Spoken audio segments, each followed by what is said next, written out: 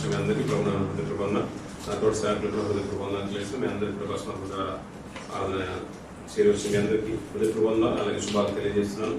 దేవుడు ఈ 2025 సంవత్సరంలో కూడా మనం సజీవం ఉంచి అనారోగ్యం కలిగిన అన్ని విధాలుగా ఆయన సహాయం మాకు తోడు ఉంచి మనం విడిచిపెట్టకుండా వెన్నంటే ఉంది మనల్ని బలాన్నిచ్చి మరి ఈ సంవత్సరం లెంటి దినాల్ని ప్రారంభించుకోవడానికి దేవుడు కృప చూపెట్టాడు. అందులో మనల్ని కూడా పాలివాసం చేసే విధానం బట్టి దేవుడికి ఘనత మహిమ యుగయుగములు కలుగును గాక. ఆమేన్. లేదా వచ్చిన మీరు విలువైన మాటల కొరకు ఆశపడుతున్నారు, దేవుడు మనతో మాట్లాడాలని. మరి ఈ కార్యక్రమాన్ని చక్కని రీతిలో మరి స్థాపించిన సేవకులకు ఆయనకి లేకపోయినప్పుడు వారి మంచి మనసును బట్టి ఈ రీతిగా మనం కూడుకోవడానికి దేవుడు కృప చూపెట్టాడు. వాటిని దేవుడు దీవించి ఆశ్రయించగాక. పిల్లలు కొన్ని మాటలు పుస్తకం నుంచి మనం ధ్యానం చేద్దాం. పిల్లలు హెబ్రీయుల రాసిన పత్రిక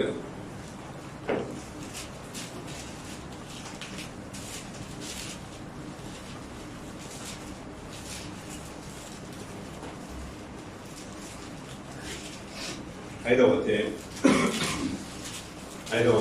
7వ వచనం నుంచి 8వ వచనం వరకు చూద్దాం. మహారోదనముతోను కన్నీళ్లతోను తన్ను మరణం నుండి రక్షింపగలవానికి ప్రార్థనలను యాచనలను సమర్పించి భయభక్తులు కలిగి ఉన్నందున ఆయన అంగీకరింపబడెను. ఆయన కుమారుడయుండి తాను పొందిన శ్రమల వలన విధేయతను నేర్చుకొనెను. మరియు ఆయన సంపూర్ణ సిద్ధి పొందినవాడై మెల్కీసెదెకు యొక్క క్రమములో చేరిన ప్రధాన యాజకుడని దేవుని చేత పిలువబడి తనకు విధేయులైన వారందరికీ నిత్య రక్షణకు కారకుడాయను అంటున్నారు. ప్రతిసారి శిలువ ధ్యానాల కంటే ముందుగా లెంటిలకు ముందుగా పశువుదరం గురించి ఒక ప్రత్యేకమైన స్థానం ఉంది. మనం ఎప్పుడు తెలియజేసుకుంటున్నాం, వింటూ ఉన్నాం. పిల్లలు 40 దినాలకి క్రైస్తవ సమాజంలో చాలా ప్రాధాన్యత ఉంది. దాని ఉద్దేశాలు కొంతమందికి నచ్చినా కొంతమందికి నచ్చకపోయినా దాని యొక్క విధానము ఆచరించే విధానమే ప్రాముఖ్యమైనది. పిల్లలు కొన్ని సందర్భాల్లో పిల్లల మనం చేసిన తప్పుకు పనిష్మెంట్ ఉంటుంది, చేయని దానికి కూడా కొన్ని సందర్భాల్లో పనిష్మెంట్ ఉంటుంది. అంటే సమాజంలో తీరుదనుకున్న పరిస్థితులను బట్టి ఇప్పుడు దీని క్రైస్తవులనే కొంతమంది దాన్ని వ్యతిరేకించే వారు ఉన్నా దాన్ని సరైన రీతిలో తీసుకోవడంలోనే దాన్ని వినియోగించుకోవడంలోనే చాలా ప్రాముఖ్యత ఉంటుంది. మనకు 8 గంటల సమయం ఉంది డ్యూటీ టైంలో, దాని తర్వాత కూడా కొన్ని గంటల సమయం అందుకున్నారు. దాన్ని ఎలా వాడుకుంటాం, ఏ రీతి వాడుకుంటాం అనేది మన మీద ఆధారపడి ఉంటుంది. లేదంటే నాకు సమయం లేదు, నేను ఆరాధనకు రాలేదని చెప్పుకునే వాళ్ళు ఉంటారు. కొద్దిపాటి సమయం అయినప్పుడు కూడా తనకున్న దాంట్లో వెసులుబాటు చేసుకొని ఆయన సన్నిధిలో కనబడే వారు కూడా చాలా మంది ఉంటారు. పిల్లలు మనం ఎలా దాన్ని మార్చుకుంటున్నాం అనేది చాలా ప్రాధాన్యత. 40 దినాలు ప్రతి బసవోదరానికి మనం వింటూ ఉన్నాం కాబట్టి దానికంటూ అంటే మండల కాలం అని వసంత కాలంలో ప్రారంభించే ఈ బసవోదరాలు ఈ లెంట్ని చాలా ప్రత్యేక స్థానంలోనే మన క్రైస్తవ సమాజం చూస్తున్నాం. ఇంకా అంతేందుకు పిల్లలు క్యాథలిక్స్ వారు కానీ మన తెలుగు వారు కానీ దానిని దాన్ని ఆచరించే విధానంలో చాలా మట్టుకు ఒక పరిశుద్ధమైన జీవితాన్ని జీవించడానికి ఇంకా ఆధ్యాత్మికంగా బలపడడానికి చాలా ఇష్టపడుతూ ఉంటారు. ఇక్కడ ఒక మంచి మాట ఏంటంటే పిల్లల దాని ఉద్దేశం కూడా తెలుసుకుంటూ ఇంకా కొన్ని విషయాలు మనం ఆలోచిద్దాం. ఇక్కడ ప్రభువైన యేసు గురించి భక్తులైన పౌలు గారు రాస్తున్నారు. ఆయన రాయకపోతే నిజంగా ఆయన గురించి మర్మం మనకు తెలిసే కాదు. పిల్లల పౌలు గారి ప్రస్తావన తీసుకొని రాకపోతే అక్కడ మంచి మాట ఏమంటున్నా అంటే శరీరధారి అయి ఉన్న దినములు అంటున్నాడు. ఆయన శరీరాన్ని దాచుకొని లోపలికి వచ్చాడు పిల్లల, అంతే కదండి. అదేగా మనం విశ్వసించేది. శరీరధారిగా ఉన్న దినాలు అంటున్నాడు. ఎన్ని దినాలు ఉన్నాడు ఆయన? 33.5 సంవత్సరాలు అంటున్నాం మనం. కానీ ఇక్కడ ఒక మంచి మాట ఏంటంటే శరీరధారి ఉన్న దినాలలో అంటున్నాడు. అంటే ప్రతి దినము ఇంకా ఇది ఇలాగ వచ్చుకునే పిల్లలు శరీరధారిగా ఉన్న దినాల్లో అంటున్నాడు. ఆయన సరే ఆ దినాల్లో ఎలా ఉన్నాడయ్యా అంటే శరీరాన్ని దాచుకున్న దినాల్లో ఎలా ఉన్నాడయ్యా అంటే మహారోదనముతోను అంటున్నాడు. పిల్లలు మహారోదనముతోను కన్నీళ్లతోను ఇలా మహారోదన ఎప్పుడు పుడుతుంది? ఏడ్చి ఇంకా మరి పరిస్థితి తారస్థాయికి వెళ్ళిపోయిన తర్వాత ఆ బాధ వేదన కాస్త అప్పుడు వెలువడుతుంది. పిల్లలు అంతెందుకు పిల్లలు మంచి మాట మనకు సుపరిచితమైన మాట. ప్రభువైన యేసు గారికి జన్మించిన తర్వాత కొన్ని విషయాలు కొద్ది రోజుగా సమయం ఎక్కువైనా కానీ నా ముగించేద్దాం. పిల్లలు ఆయన జన్మించిన తర్వాత రాజు అతని మీద కక్ష పెట్టి అక్కడున్న ఆ కాలంలో ఇంచుమించు అప్పుడే పుట్టిన పసిపిల్లలు మొదలుకొని 2 సంవత్సరాల ప్రాయం వరకు అందరినీ పసిపిల్లలందరూ కూడా చంపించేశారు. పిల్లలు అక్కడ ఒక మంచి మాట మాట్లాడుతుంది కదా, తన పిల్లల విషయమే రాహేలు రోధిస్తుంది అనే మాట మన సువార్తలో మనం ఎప్పుడు వింటున్న మాట. పిల్లలు ఎందుకు ఇలా పెంచింది అంటే రాహేలు యొక్క సంతానము మనకు బాగా తెలుసు కాబట్టి. రాహేలు యొక్క సంతానము ఎవరెవరు? ఇద్దరు కుమారులు తనకు, యోసేపు, బెన్యామీను. ఆ రామాలో అంగలార్పు వేడుకొనిందంట. ఎందుకంటే తన పిల్లల విషయమై రాహేలు గొప్ప వేదనతోని మహారోదనతో ఏడుస్తుందంట. పిల్లలు తన పిల్లల్ని కడుపున పెట్టిన బిడ్డల్ని కోల్పోయినప్పుడు తల్లుల వేదన ఎలా ఉంటుందో అది అర్థం అవడానికి ఇక్కడ మహారోదనని ప్రస్తావన తీసుకొచ్చాడు. పిల్లల ఈయనకి ఎందుకు ఇంత శ్రమ వచ్చింది? మరి ప్రభుకి ఎందుకు శ్రమ? ఆయన శరీరధారి ఉన్న దినాలు అంటున్నాడు. ఒక్కొక్క రోజు కూడా అలాగే ఉన్నాడు. ప్రతి రోజు ప్రతి క్షణం అలాగే ఉన్నాడు. మన సంవత్సరాలు అంటున్నాం, 32 సంవత్సరాలు సింపుల్ గా కొట్టి పడేస్తాం మనం. ఏ సంవత్సరంలో ఉన్నారయ్యా అంటే మీరు 2025 సంవత్సరం మనం ఒక్క రోజులో మనం అందిస్తాం పిల్లలు. కానీ గతించిన 36 సంవత్సరాలు, 35 సంవత్సరాలు, 33.5 సంవత్సరాల ఆయుష్కాలము మనందరి జీవితం, 40 సంవత్సరాల ఆయుష్కాల జీవితము ఎన్ని రోజులయ్యా లెక్క పెట్టుకుంటుంటే ఒక సంవత్సరం 365 రోజులు లెక్కించుకుంటూ వస్తుంటే ప్రతిదినం ఆయన మనల్ని కాచి కాపాడుతూ వస్తున్నాడు. ఎన్ని కష్టాలు వచ్చినా బాధలు వచ్చినా కానీ ఆయన 33.5 సంవత్సరాలు ఎలా ఉన్నాడయ్యా అంటే ప్రతిదినము మహారోధంతోనే ఉన్నాడట. ఆయన ఏం కోల్పోబోతున్నాడు? నిజంగా చెప్పాలంటే ఆయన ఏం కోల్పోతున్నాడని. ఇప్పుడు రాహేలు రామాల అంగలార్పు పడింది. ఎందుకంటే తన ప్రతి ఒక్క తన తొలుచులు పుట్టిన బిడ్డలన్నీ కూడా ఆ రాజు చంపించేశాడు. ఎందుకంటే రామ పరిసర ప్రాంతం బెన్యామీను గోత్రికులకు వచ్చేసింది, బెన్యామీను కుటుంబాలకు వచ్చేసింది. అక్కడ అందరి మగపిల్లల్ని రాజు చంపించిన తర్వాత అక్కడున్న భూభాగాలన్నీ కూడా ఏడుస్తూనే ఉన్నాయి. మహారోధన వినబడ్డది. ఎందుకంటే రాహేలు కానీ ఒకటే మాట, రాహేలు గర్భనుకుంటున్న బెన్యామీను గోత్రికులందరూ కూడా అందరు పిల్లలు కోల్పోయారు కాబట్టి ఆ పరిసర ప్రాంతంలో రాహేలు అంటే పిల్లలు బెన్యామీనుకు వచ్చింది కాబట్టి అక్కడ ఉన్న తల్లులందరూ కూడా రోధిస్తూనే ఉన్నారు. అందరూ రోధిస్తే ఎలా ఉంటుందో ఆ మహారోధన అంటాడు. అదే రోదన మన ప్రభువు, మన పరమాత్ముడు ఆ యేసుక్రీస్తు వారు కూడా శరీరధారిగా ఉన్న దినాలన్నింటిలో కూడా మహారోదనంతోనే ఉన్నాడంట. అంటే దినాలన్నీ కూడా రోధించాలా అంటే ఒక మంచి మాట జ్ఞాపకం చేస్తాం పిల్లలు. కీర్తన భాగంలో 139 కీర్తన, ఇక్కడికి వచ్చే పిల్లలు ఇది ఇలాగే ఉంచుకోండి. 139 కీర్తన 139 కీర్తన 10వ వచనం చూద్దాం పిల్లలు. నేను పిండమునై ఉండగా నీ కన్నులు నన్ను చూచెను. మళ్ళీ చదవమన్నా. నియమింపబడిన దినములలో ఒకటైనను కాకమునుపే నా దినములన్నీ నీ గ్రంథములో లిఖితములాయను అంటాడు. సంవత్సరాలు లిఖింపబడ్డాయా? దినాలు కూడా లిఖింపబడ్డాయా? దినాలు కూడా లిఖింపబడ్డాయి. అంటే ఒక 13 సంవత్సరాలు బ్రతికేశాడు, ఇంకా సరిపోయింది. మన 50 సంవత్సరాలు బ్రతికేశాడు. ఇప్పుడు తర్వాత ఒక 15 రోజులు ఎక్కువ బ్రతికినా, 30 రోజులు ఎక్కువ బ్రతికినా, 40 రోజులు ఎక్కువ బ్రతికినా అది కౌంటర్ రాదని కాదంట పిల్లగా. మనం ఎన్ని సంవత్సరాలు ఈ లోకంలో బ్రతుకుతున్నా, ఎన్ని సంవత్సరాలు ఆయుష్ పుచ్చుకొని ఈ లోకంలోకి వస్తున్నా 30 సంవత్సరాలు, 50 సంవత్సరాలు, 60 సంవత్సరాలు, 15 రోజులు, 34 అంటే 12 గంటలు, 12 క్షణాలు, ఇలా ప్రతిదీ కూడా దినాలన్నీ కూడా ఆయన గ్రంథంలో రాసుకుంటున్నాడంట పిల్లలు. అలా లిఖించుకుంటున్నాడు. అందుకనే మిమ్మల్ని పంపిస్తున్నాను. ఆ గ్రంథంలో అన్ని కూడా లిఖితములు ఆయన అంటాడు. ఆయన ఒక తండ్రి రాసుకొని మనల్ని పంపించారంట. ఆ విషయాలన్నీ కూడా గుర్తెరిగిన ప్రభువు ఆయన శరీరధారిగా ఉన్న దినాలన్నింటిలోనూ కూడా మహారోదనంతోనే ఉన్నాడంట, కన్నీళ్లతోనే ఉన్నాడంట పిల్లల. తన్ను మరణం నుంచి రక్షింపగలవానికి ప్రార్థనలు, యాచనలు సమర్పించి భయభక్తులు కలిగి ఉన్నందున ఆయన అంగీకరింపబడను. తాను పొందిన శ్రమల వలన విధేయత నేర్చుకునే వలన అంటాడు. ఆయన సంపూర్ణ స్థితి పొందినవాడు అంటాడు. కొత్తగా అప్పుడప్పుడు రక్షణకు వస్తున్న వాడిని ఏమంటాడంటే అప్పుడే ప్రభువు నమ్ముకున్న వాడిని, లోకంలో నుంచి దేవుళ్ళకి వచ్చిన వాడిని ఏమంటారు? విశ్వాసులు అంటారు. కొద్దిగా విశ్వాసం, అటు ఇటు తారస్థాయికి వాళ్ళ విశ్వాసం అటు ఇటు కొట్టుకుంటుందంటే అల్ప విశ్వాసం అని మన మాటలు వింటూ ఉంటాం కదా. లోకంలో ఉన్న వారిని అవిశ్వాసం అంటున్నాం, దేవుల్లో ఉన్న వారిని విశ్వాసం అంటున్నాం. ఇంకా బలంగా మాట్లాడుతూ ఉంటే అప్పుడప్పుడు దేవుడు ఇచ్చిన తలంతులను బట్టి ప్రార్థిస్తుంటే ప్రార్థన పరులండి, అంటే సువార్థికులండి, గాయకులండి, సేవకులండి అనే మాటలు వింటుంటాయి. ఇలా బాగా బలంగా పుంజుకున్న తర్వాత పరిశుద్ధులు అనే ఒక మాట బలను పుంజుకున్నప్పుడు మనం ఎక్కువగా తరచుగా మాట్లాడుకుంటూ ఉంటాం. తన పిల్లలకి అవకాశం వస్తుంది పరిశుద్ధులుగా పిలవడానికి. ఇంకా తారస్థాయిలో మన విశ్వాసం వెళ్తుందంటే అది చివరి స్థానం మీద ఉందంటే సంపూర్ణ సిద్ధి పిల్లలు. తాను కుమారుడే ఉండి కూడా తను పొందిన శ్రమల వల్ల విధేయత నేర్చుకున్నాడంట. ఆ సంపూర్ణ సిద్ధి పొందిన వాడే అంటాడు పిల్లలు. అది ఎలా వచ్చింది అంటే ప్రతిదినము మహారోదనంతో బ్రతకడాన్ని బట్టి, తన స్థితిగతులు మార్చుకోవడాన్ని బట్టి, దేవుడికి ఇష్టానుసారంగా మలుచుకోవడాన్ని బట్టి అది వచ్చిందంట. అందుకని ఈ 40 దినాలే అంటే 40 దినాలే కాదు పిల్లలు, మన ఆయుష్కాలం అంతా కూడా అన్ని దినాలు కూడా మనం ఎలా ఉండాలంటే మహారోదనంతోనే ఉండాలి. అందుకని మన ప్రార్థనలో చాలా మంది విశ్వాసాలు మనం చేసినప్పుడు కూడా గమనిస్తుంటాం కదా పిల్లలు. మనస్ఫూర్తిగా హృదయంతో ప్రార్థిస్తూ ఉంటాం, దేవా ఒకవేళ ఇంకా నేనేమన్నా నీకు ఇష్టమైనది ఏమైనా ఉంటే బ్రతకడం మార్చుకోవా, మేము ఒప్పుకుంటున్నాం ఆ స్థితిగతులన్నీ కూడా. ప్రార్థనలు అలా ఉండాలి పిల్లలు, ఎందుకంటే రూపాంతరం చెందాలనుకుంటున్నాం కదా, మన మనసును మార్చుకోవాలనుకుంటున్నాం కదా, ఇంకా దేవునికి సన్నిధానంగా బ్రతకాలనుకుంటున్నాం. ఎప్పుడో బిగినింగ్ లో వచ్చిన ప్రార్థన జీవితము ఇప్పుడు కూడా అలాగే కొనసాగుతుంటే చాలా బాధాకరమే కదా పిల్లలు. మన స్థితిగతులు కూడా మార్పు రావాలి పిల్లలు. ఎందుకంటే దేవునికి ఉన్న ఆలోచన అది మామూలుది కాదు పిల్లలు, ఆయన సంకల్పం మామూలుది కాదు. ఎందుకంటే ఆయనను సిలువను ఎక్కించాలి, ఆయన మన కొరకు రక్తాన్ని కార్చాలి, అంత ఘోరంగా హింసింపబడాలంటే పిల్లలు దాని వెనుకున్న ప్రామాణికం అనేది మనకు అర్థమవుతుంది, ప్రాముఖ్యత అనేది మనకు అర్థమవుతుంది.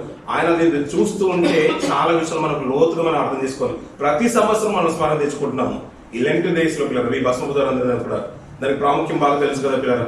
ఆ బూడిదకి ఒలివ ఆయిల్ రాసి తల మీద నుదుటి మీద పెట్టుకొని ఈ 40 దినాలన్నీ కూడా బూడిదలోనే కూర్చొని ప్రార్థించుకుంటూ బూడిద రాసుకొని ఉంటారు కొంతమంది. ఇప్పుడు ఎలాంటి అప్డేట్ అవుతున్నారు కాబట్టి, ట్రెండ్ మారుతుంది కాబట్టి తమ పరిస్థితుల్లో అలా చేయడానికి కొద్దిగా క్షేమంగా ఫీల్ అయిపోయి కొంతమంది విశ్వాస జీవితాలు ఏంటంటే ప్రార్థనలు గడుపుతున్నాం. కానీ అది చాలా ప్రాధాన్యత పిల్లలు, మన ఆత్మీయ జీవితానికి చాలా దోహదపడే విషయాలు. యోగ గారి సంగతి మనకు బాగా తెలుసు పిల్లలు. అన్ని కోల్పోయినప్పుడు ఆయన బూడిదలో కూర్చొని బూడిద చల్లుకొని అతను ప్రార్థిస్తూ ఉంటాడు. ఎలా అంటే ఇక నా జన్మదినాన్ని సైతం దూషిస్తూనే ఉంటాడు. ఎందుకంటే నేను చేసిన ఏమంటూ ఏది లేదు, ఇంతటి అపకీర్తి, ఇంతటి వేదన, ఇంత రోదన, ఇంతటి స్థితి నాకెందుకు వచ్చిందని అతను అంతగా తెలుసు. అన్ని కోల్పోయినప్పుడు ఎలాంటి స్థితి అయితే ఉంటుందో ఈ 40 దినాలలో అలాంటి స్థితిలోకి వెళ్ళిపోతున్నాం పిల్లలు. కానీ ఈ 40 దినాలతోనే మనం ముగించదు, 41 రోజు కూడా మనకు అలాగే ఉండాలి. ఆ విషయం నేను తెలియజేయాలంటాను. అందుకనే దినాలన్నీ కూడా దేవుడు లెక్కిస్తున్నాడు. 41 రోజులు మేము ఎలా ఉండబోతున్నాం, 47వ రోజు ఎలా ఉండబోతున్నాం. ఈ రోజు మొదలుకొని ఈస్టర్ వరకు 47 రోజులు అయితే అందులో ఆదివారం మిగతాదంతా కూడా 40 రోజులు ప్రత్యేక ప్రార్థన చేస్తూ ఉంటారు, ఉపవాసం అనుకుంటున్నారు. ఇక హోలీ వీక్ అయితే అద్భుతంగానే ఉంటుంది. అందరూ ఉపవాసాలు ఉంటారు కదా, అందరూ ఉపవాసాలు ఉంటారు ఈస్టర్ వరకు. దానికి ప్రాధాన్యత ఇస్తున్నామంటే దీన్ని ఎందుకు ఉద్దేశం పెట్టారు అంటే పిల్లల, వారు పాత నిబంధనల కాలం చూసుకున్న రోజు 40 ఒక ప్రత్యేక స్థానం ఉంది, మనకు బాగా తెలుసు కదా పిల్లలు. ఈ వాట్సాప్లోను అన్నింటిలోనూ మనం ఎక్కువగా చూస్తున్నాం. కానీ దానివల్ల మనం ఏం నేర్చుకోబోతున్నాం పిల్లల, దానివల్ల మనకి ఏం దోహదపడుతుంది. ఇలాంటివి చాలా మట్టుకు ఉంటాయి, స్టేటస్ లో పెట్టుకోవడానికి కూడా, మనం షేర్ చేయడానికి కూడా చాలా బాగుంటాయి. కానీ ఇది 40 రోజులు మనకి ఎలాంటి అడ్వాంటేజ్ తీసుకొస్తుంది, మన ఆత్మీయ జీవితానికి ఎలా దోహదపడుతుంది, దానివల్ల మనకేం లాభం పొందుకుంటాం పిల్లల. కానీ వీరి యొక్క ఉద్దేశం చూడండి పిల్లల, ప్రభు నేసినారు కూడా 40 రోజులు 40 దినాలు రాత్రులు ఉపవాసం ఉన్నారు, తెలుసు కదా, అన్న పానాలు మానేశారు. ఇలా పాత నిబంధనలు చూసుకుంటే చాలా సందర్భాలు మనకు కనబడుతూనే ఉంటాయి. కానీ ఇది శిలువ త్యాగం కంటే ముందే పెట్టారంటే పిల్లలు, దాంట్లో ఉద్దేశం మనం చాలా ఆలోచించాల్సిందే పిల్లలు. ఆయన మరణానికి వెళ్ళబోతున్నాడు, శిలువ త్యాగానికి వెళ్ళబోతున్నాడు. దానికంటే ముందు అంటే గుడ్ ఫ్రైడే కంటే ముందు ఈ 40 రోజులు తీసుకొచ్చి పెట్టారంటే పిల్లల, ఆయన స్మరణ తెచ్చుకోవడానికి ఈ 40 రోజులకు ప్రత్యేకమైన స్థానం ఇవ్వాల్సిన ఆలోచన పరిగణలోకి తీసుకునే కదా. ఇది మామూలుగా అనాలోచితమైన గుడ్ ఫ్రైడే సమీపించేది కాదు, నువ్వు ఈస్టర్ని సెలబ్రేషన్ చేసుకునేది కాదు.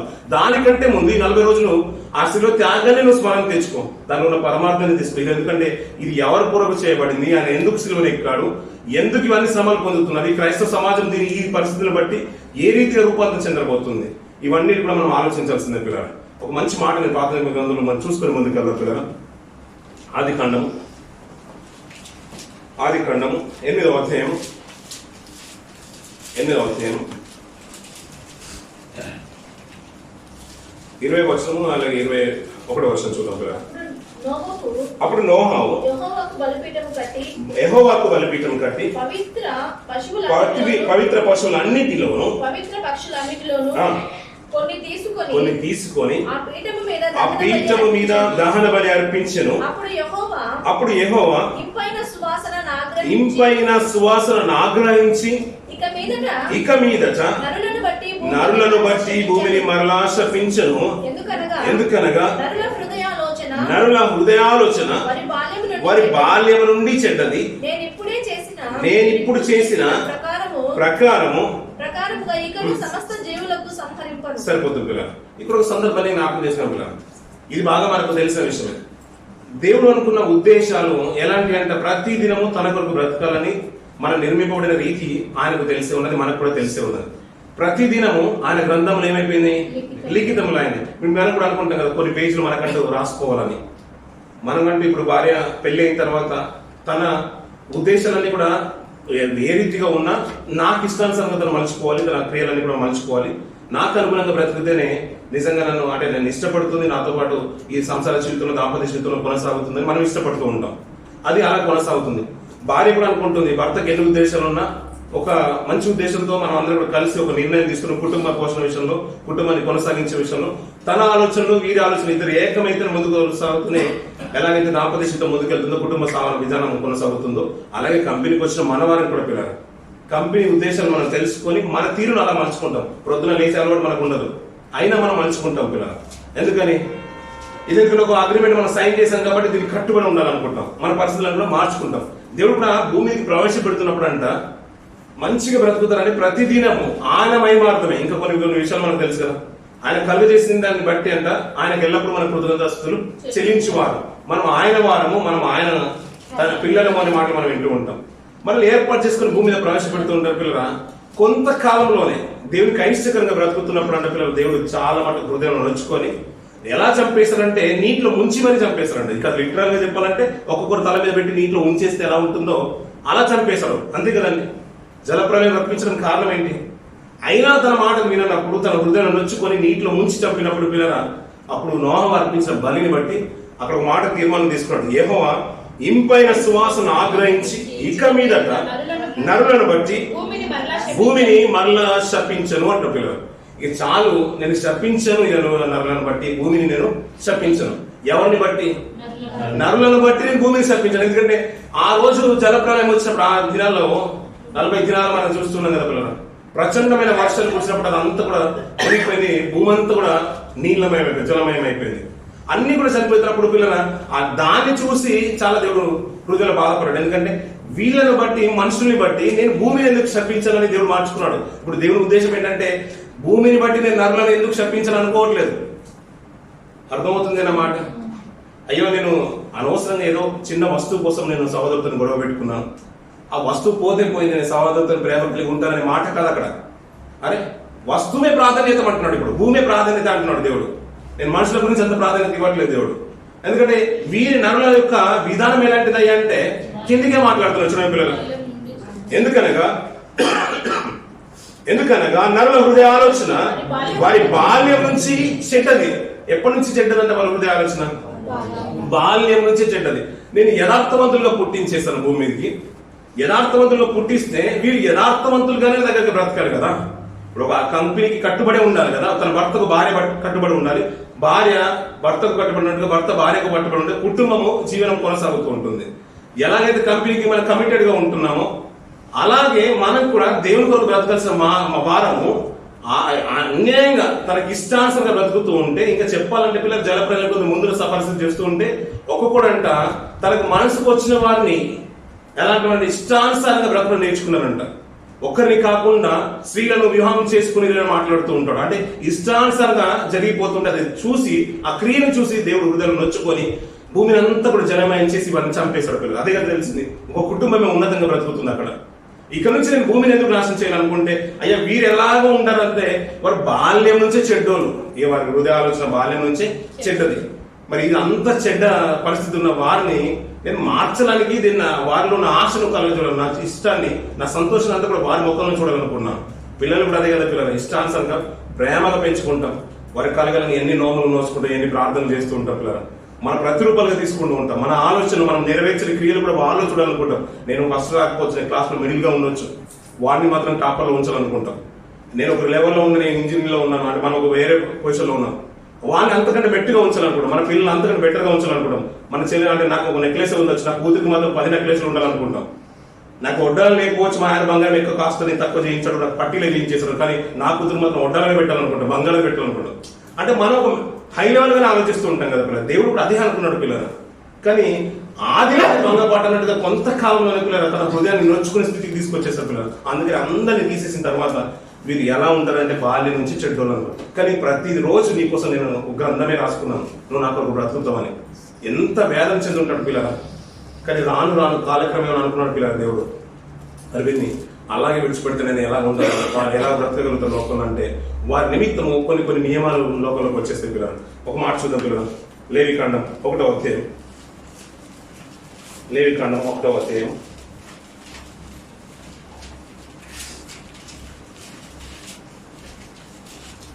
2వ వచనం నుంచి కొన్ని మాటలు చూద్దాం పిల్లలు.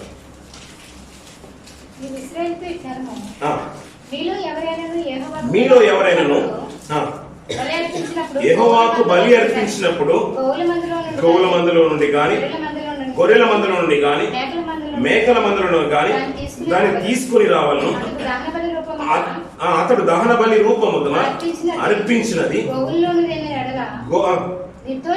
నిర్దోషమైన మగదానిని తీసుకుని రావాలను. తాను యెహోవా సన్నిధిని అంగీకరింపబడినట్లు